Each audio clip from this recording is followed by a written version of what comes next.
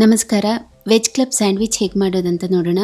ಮೊದಲು ಪ್ಯಾನಲ್ಲಿ ಬೆಣ್ಣೆನ ಬಿಸಿ ಮಾಡಿಕೊಂಡು ಅದಕ್ಕೆ ತೆಳ್ಳಗೆ ಹೆಚ್ಚಿರೋ ಬೀನ್ಸ್, ಮಶ್ರೂಮ್, ಕ್ಯಾಪ್ಸಿಕಮ್ ಜೊತೆಗೆ ಉಪ್ಪು, ಕೊತ್ತಂಬರಿ ಪುಡಿ, ಜೀರಿಗೆ ಪುಡಿ, ಚಿಲ್ಲಿ ಫ್ಲೇಕ್ಸ್ ಹಾಕಿ ಮಿಕ್ಸ್ ಮಾಡಿ 3 ನಿಮಿಷ ಸಣ್ಣ ಉರಿಯಲ್ಲಿ ಬೇಯಿಸ್ಕೊಳ್ಬೇಕು.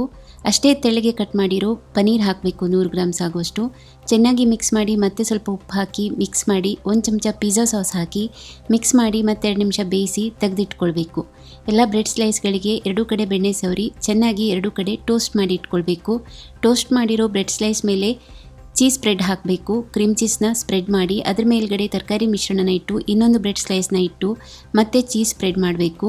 ಮೇಲ್ಗಡೆ ಹಸಿ ಟೊಮ್ಯಾಟೊ ಸ್ಲೈಸ್, ಮುಳ್ಸೌತೆಕಾಯಿ ಸ್ಲೈಸ್ ಮತ್ತು ಬೇಯಿಸಿರೋ ಆಲೂಗಡ್ಡೆ ಸ್ಲೈಸ್ನ ಇಟ್ಟು ಈ ರೀತಿ ಮಧ್ಯದಲ್ಲಿ ಕಟ್ ಮಾಡಬೇಕು. ರುಚಿಯಾಗಿರೋ ಈ ವೆಜ್ ಕ್ಲಬ್ ಸ್ಯಾಂಡ್ವಿಚ್ನ ಯಾರಿಗೇ ಕೊಡಿ ಬಾಯಿ ಚಪ್ಪರ್ಸ್ಕೊಂಡು ತಿಂತಾರೆ. ವೆಜ್ ಕ್ಲಬ್ ಸ್ಯಾಂಡ್ವಿಚ್ ನೀವು ಕೂಡ ಒಮ್ಮೆ ಟ್ರೈ ಮಾಡಿ ನೋಡಿ.